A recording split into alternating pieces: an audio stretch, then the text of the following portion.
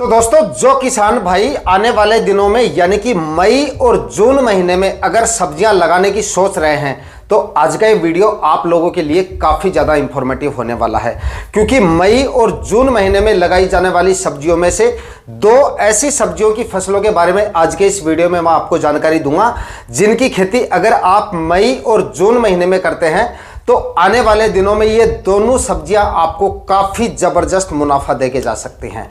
मंडी भाव इन दोनों ही फसलों से काफ़ी जोरदार मिलेंगे आपको और उत्पादन भी इन दोनों ही फसलों से काफ़ी जोरदार मिलेंगे। तो अगर आप सब्जियां लगाने की सोच रहे हैं और मई और जून माह में सब्जियां लगाना चाहते हैं तो वीडियो पे लास्ट तक आपको बने रहना है कि कौन कौन सी सब्जियां आपको इस माह में लगानी है, किस तरह से लगानी है और टॉप वैरायटियां यानी कि इस माह में अगर आप सब्जियां लगाना चाहते हैं तो इन सब्जियों की कौन सी वैरायटियों का आपको सिलेक्शन करना है ताकि ज़्यादा से ज़्यादा उत्पादन और बढ़िया से बढ़िया उत्पादन की क्वालिटी आप ले सके। इसलिए वीडियो पे आपको लास्ट तक बने रहना है और वीडियो अगर अच्छा लगे तो वीडियो को लाइक शेयर जरूर कर दीजिएगा। जो किसान भाई चैनल पे नए हैं वो चैनल भी सब्सक्राइब कर दें ताकि खेतीबाड़ी से रिलेटेड वीडियो सही जानकारियों के साथ सही समय पर आपको मिलती रहे। तो दोस्तों, अगर आप मई और जून इन 2 महीनों के दौरान अगर सब्जियां लगाना चाहते हैं और कोई ऐसी सब्जी फसल लगाना चाहते हैं जिनसे मंडी भाव भी काफी शानदार मिल सके और उत्पादन भी काफी शानदार मिल सके, तो यहां पर आप करेले की खेती कर सकते हो। करेले के मंडी भाव आपको काफी जोरदार मिल जाएंगे, मतलब काफी जबरदस्त मिल जाएंगे। लगभग इस समय पे लगाया गया करेला शुरुआत में आपको 50, 60, 70 रुपए तक के मंडी भाव देके चला जाएगा और उत्पादन भी इससे बरसात के सीजन में, क्योंकि इन दोनों महीनों के दौरान लगाई गई सब्जियों से उत्पादन आपको जब तक मिलेगा तब तक बारिश का सीजन शुरू हो चुका होगा।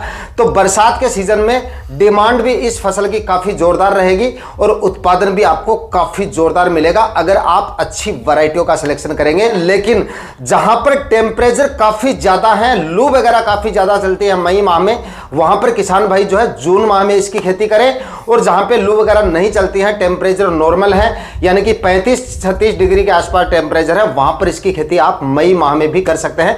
15 मई के बाद में आप कभी भी इसकी खेती कर सकते हैं। और जहां पे टेम्परेचर काफी ज्यादा है, हीट वेव वगैरह है यानी कि 45-47 डिग्री के आसपास टेम्परेचर चले जाते हैं, वहां पर आप इसकी खेती जून माह में करें। जून में टेम्परेचर नॉर्मल होने लगते हैं और हीट वेव का जो प्रकोप है यानी गर्म हवाएं जो है वो चलनी बंद हो जाती हैं, क्योंकि जून माह से मानसून शुरू हो जाता है। तो मानसून सीजन जैसे ही शुरू होता है गर्म हवाएं चलनी बंद हो जाती हैं, उस समय पे आप करेले की खेती कर लीजिए। लेकिन दोस्तों, अगर आप करेले की फसल से अच्छा उत्पादन लेना चाहते हैं और अच्छे मंडी भाव लेना चाहते हैं, अगर आप ये चाहते हैं कि आपके करेले की मार्केट वैल्यू आपको काफी शानदार मिले, तो आपको वैरायटियों का सिलेक्शन काफी सोच समझ के करना होगा। यानी कि अच्छी हाइब्रिड वैरायटियों का अगर आप सिलेक्शन करेंगे तो आपको उत्पादन भी अच्छा मिलेगा और उत्पादन की क्वालिटी भी अच्छी मिलेगी, तो मंडी भाव भी आपको काफी शानदार मिल जाएंगे। नंबर 1 पर आप सिजंटा की लिटिल चैंप वैरायटी आती है, काफी शानदार और काफी अच्छी वैरायटी है। जो छोटू करेला आता है वही वैरायटी है। इसकी डिमांड जो होती है मार्केट में वो काफ़ी शानदार होती है, उत्पादन भी इस वैरायटी से आपको काफ़ी शानदार मिल जाएगा। तो सिजंटा की लिटिल चैंप जो वैरायटी आती है इसका आप सिलेक्शन कर सकते हैं। नंबर 2 पर क्लाउज की एक अनुष्का वैरायटी आती है, ये भी काफ़ी शानदार और काफ़ी अच्छी वैरायटी है, आप इस वैरायटी का सिलेक्शन भी कर सकते हैं। इसका उत्पादन भी आपको काफ़ी जोरदार मिलेगा और उत्पादन की क्वालिटी इसकी भी आपको काफ़ी जोरदार मिल जाएगी। इसके बाद में दोस्तों एक सकाटा कंपनी की तेजस वैरायटी आती है करेले की, ये भी काफी शानदार वैरायटी है, इसका भी आप सिलेक्शन कर सकते हैं। इसका भी उत्पादन काफी जोरदार निकल के आता है। एक सिजंटा की अस्मिता वैरायटी आती है, ये लंबे वाला करेला है। अगर आपके एरिया में या आपकी मंडियों में लंबे वाले करेले की डिमांड ज्यादा है तो आप इस वैरायटी का सिलेक्शन कर सकते हैं, मतलब सिजंटा की अस्मिता वैरायटी ले सकते हैं, जिसकी क्वालिटी भी आपको अच्छी मिलेगी और उत्पादन भी इससे आपको काफी जोरदार मिल जाएगा। उसके बाद में ईस्ट वेस्ट कंपनी की एक पाली वैरायटी आती है, ये भी काफी तगड़ी वैरायटी है, इसको भी आप ले सकते हैं। उसके बाद में एक सेमिनस कंपनी की अभिषेक वैरायटी आती है, ये भी करेले की काफी शानदार वैरायटी है। तो यहां पर मैंने आपको करीब 5-6 वैरायटियों के बारे में बता दिया, सारी एक से बढ़कर एक वैरायटियां हैं। अगर आपको जो भी वैरायटी आपके एरिया में मिल जाए उसी वैरायटी का आप सिलेक्शन कर सकते हैं, सभी वैरायटियां काफी शानदार हैं। लेकिन दोस्तों, अगर आप मई और जून माह में करेला लगाना चाहते हैं तो इसमें आपका थोड़ा सा खर्चा जो है वो एक्स्ट्रा हो सकता है, क्योंकि बेलों को आप इस समय पे लगाकर और जमीन पे नहीं रख सकते, स्ट्रक्चर आपको तैयार करना पड़ेगा। मतलब करेले के जो प्लांट है उनको आपको तारबास बंधाई करके और ऊपर चढ़ाना पड़ेगा। जमीन पे रखकर आप इसकी खेती बरसात के सीजन में नहीं कर सकते, क्योंकि इस समय पे मैंने आपको पहले बता दिया लगाया गया करेला जो है वो बरसात के दिनों में चलेगा। मतलब अगर आप जून माह में लगाते हैं तो लगभग आप ये मानिए कि नवंबर तक आपको करेला उत्पादन देगा, यानी कि पूरा बरसात के सीजन में आपको करेला उत्पादन देता रहेगा। और बरसात के सीजन में करेले से उत्पादन आपको तभी अच्छा मिलेगा और फसल भी आपकी हेल्दी तभी रहेगी जब आप प्लांट को ऊपर चढ़ाएंगे, क्योंकि जमीन पे अगर आप रखेंगे तो ज्यादा मॉइस्चर होने की वजह से और ज्यादा बारिश वगैरह होने की वजह से आपके जो प्लांट है वो खराब हो सकते हैं, उसमें सड़न या गलन वगैरह की समस्या आ सकती है, यानी कि फफूंद जनित रोगों का प्रकोप काफी ज्यादा हो सकता है और फलों की जो क्वालिटी है वो भी काफी ज्यादा प्रभावित हो सकती है। तो स्ट्रक्चर तैयार करके और उसके बाद में इसकी खेती करें। बेल वाली सब्जियां, जितनी भी तरह की सब्जियां अगर आप बरसात के सीजन में लगा रहे हैं सभी को आपको तारबास बंधाई करके ऊपर चढ़ाना पड़ेगा। जमीन पे रखकर आप इसकी खेती करेंगे बरसात के सीजन में तो उत्पादन आपको अच्छा नहीं मिलेगा, क्योंकि फसल आपकी पहले ही खराब हो जाएगी। करेले की खेती करने का सही तरीका, बरसात के दिनों में खेती आप इसकी किस तरह से कर सकते हैं ताकि ज्यादा से ज्यादा आपको उत्पादन मिल सके। सबसे पहले एक गहरी जुताई मिट्टी पलटने वाले हल से आपको करके लगभग 15 से 20 दिनों के लिए आपको जमीन को छोड़ देना है। और अब अगर आप खेती करना चाहते हैं तो फिलहाल आपके पास महीने भर का समय पड़ा है, आप आराम से गहरी जुताई करके और जमीन को खाली छोड़ दीजिए। उसके बाद लगाने से पहले लगभग आपको 4 ट्राली सड़ी हुई गोबर की खाद आपको जरूर डालनी है। सब्जी फसल लगा रहे हैं और सब्जी फसल से अच्छा उत्पादन लेना चाहते हैं, कम से कम 4 ट्राली सड़ी हुई गोबर की खाद 1 एकड़ में आपको डालनी है, तभी आपको उत्पादन अच्छा मिलेगा और रोग बीमारियां भी कम देखने को मिलेंगी। प्लांट आपके हेल्दी और स्वस्थ रहेंगे। उसके बाद में लगभग 60 केजी डीएपी खाद आपको काम में लेनी है, लगभग 70 से 80 केजी एसएसपी खाद आपको काम में लेनी है, लगभग 30 केजी म्यूरेट ऑफ पोटाश लेना है और 25 केजी यूरिया खाद।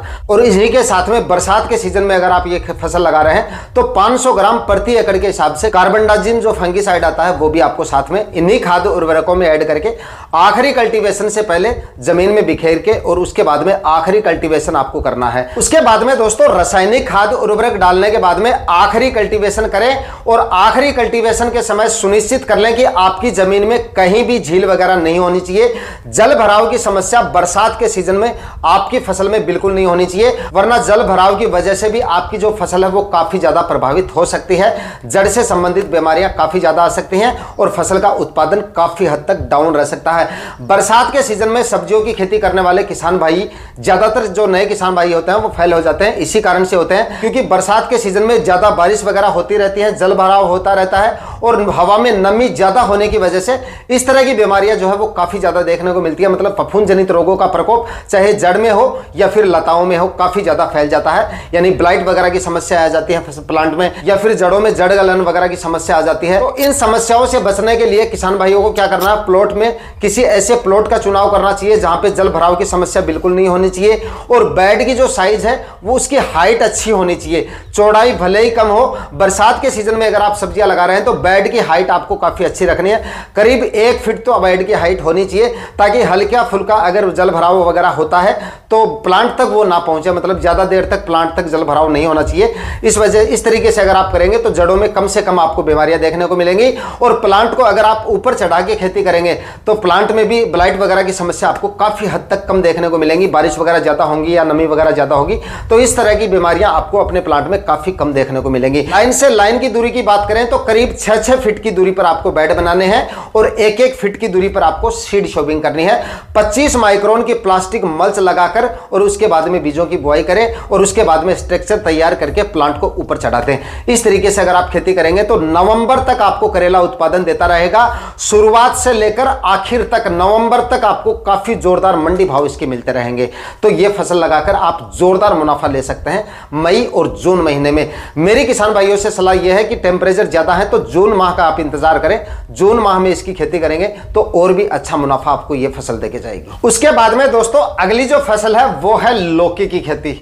जो किसान भाई मई और जून माह में लौकी की खेती करेंगे उनको भी हो सकता है आने वाले दिनों में काफी जोरदार मुनाफा मिल जाए। लास्ट ईयर भी मिला था और उससे लास्ट ईयर भी किसान भाइयों को इस समय लगाई गई लौकी के काफी जोरदार मंडी भाव मिले थे। लास्ट ईयर की बात करें तो लगभग जून माह में इसके मंडी भाव 50 रुपए के आसपास चल रहे थे। तो अब अगर आप लौकी की खेती करेंगे तो उनको भी काफी जोरदार मंडी भाव मिल सकते हैं लौकी के, और बरसात के सीजन में उत्पादन भी आपको इससे काफी जोरदार मिल जाएगा। लेकिन मैंने मैंने आपको बता दिया, जो तरीका मैंने आपको करेले की खेती का बताया उसी तरीके से आपको इसकी खेती करनी पड़ेगी, क्योंकि बरसात के दिनों में बेल वाली सब्जियों को हम जमीन पे नहीं रख सकते। जमीन पे अगर रखेंगे तो रोग बीमारियां भी काफी ज्यादा आएंगी। आपको भी बताया, अगर जमीन पे लताए रहेंगे और लौकी के जो प्लांट होते हैं वो तो काफी ज्यादा हैवी हो जाते हैं, यानी मतलब कि हवा तक नीचे प्लांट को नहीं लगती है, इतनी ज्यादा फैल जाती है। बरसात के दिनों में और भी ज्यादा ग्रोथ हो जाती है इसकी। तो इतनी ज्यादा फैलने की वजह से और जमीन पे रहने की वजह से, काफी ज्यादा बारिश होने की वजह से, मॉइस्चर ज्यादा होने की वजह से बेलों में जो है सड़न वगैरह की या गलन वगैरह की काफी ज्यादा समस्या आ जाती है। ब्लाइट वगैरह का प्रकोप होकर पूरी लताएं जो है वो खराब हो जाती हैं और फल भी पूरी तरह से खराब हो जाते हैं, मतलब फल की क्वालिटी भी काफी ज्यादा खराब हो जाती है। तो अगर आप जमीन पे करने की सोच रहे हैं तो आप मेरे ख्याल से रहने दें, कोई और फसल लगाएं। और अगर स्ट्रक्चर तैयार करके आप प्लांट को ऊपर चढ़ा सकते हैं तो आप लौकी की खेती कर लीजिए, काफी जोरदार मुनाफा देके जाएगी, मंडी भाव भी अच्छे देके जाएगी और उत्पादन भी काफी लंबे समय तक चलेगी। काफी जोरदार प्रॉफिट ये फसल आपको देके जा सकती है। दोस्तों, लौकी की अच्छी वैरायटियों की बात की जाए तो माहिको की 8 नंबर लौकी की वैरायटी का आप सिलेक्शन कर सकते हैं। वीएनआर की सरिता वैरायटी आती है, ये भी काफी शानदार और काफी अच्छी वैरायटी है, इसका भी आप सिलेक्शन कर सकते हैं। नोमेंस कंपनी की एक अनोखी वैरायटी आती है, उसका भी आप सिलेक्शन कर सकते हैं, ये भी काफी अच्छी वैरायटी है। और इसके बाद में ईस्ट वेस्ट की एक अनमोल वैरायटी आती है लौकी की, ये भी काफी शानदार वैरायटी है। जो भी वैरायटी आपको मिल जाए उन्हीं का आप सिलेक्शन कर सकते हैं। बाकी सबसे बेस्ट जो वैरायटी है वो माहिको की 8 नंबर वैरायटी को मानता हूं, उसका आप सिलेक्शन कर लीजिए अगर आपको अपने एरिया में मिल जाए। बाकी दोस्तों, आज के वीडियो में मैंने आपको 2 सब्जियों की फसलों के बारे में बताया है। दोनों फसलें इन 2 महीनों में लगाने पर आपको काफी जोरदार प्रॉफिट देके जा सकते हैं। जहां पे टेम्परेचर ज्यादा है, फिर रिपीट कर रहा हूं, वहां पर आप इसकी खेती 15 जून के आसपास करेंगे तो और भी अच्छे से ग्रो होगी, अच्छा उत्पादन और अच्छे मंडी भाव जून में लगाने पर भी आपको मिल जाएंगे। आज के वीडियो में इतना ही। मैं मिलता हूं आपसे किसी और वीडियो में नए टॉपिक के साथ। तब तक के लिए जय हिंद, वंदे मातरम।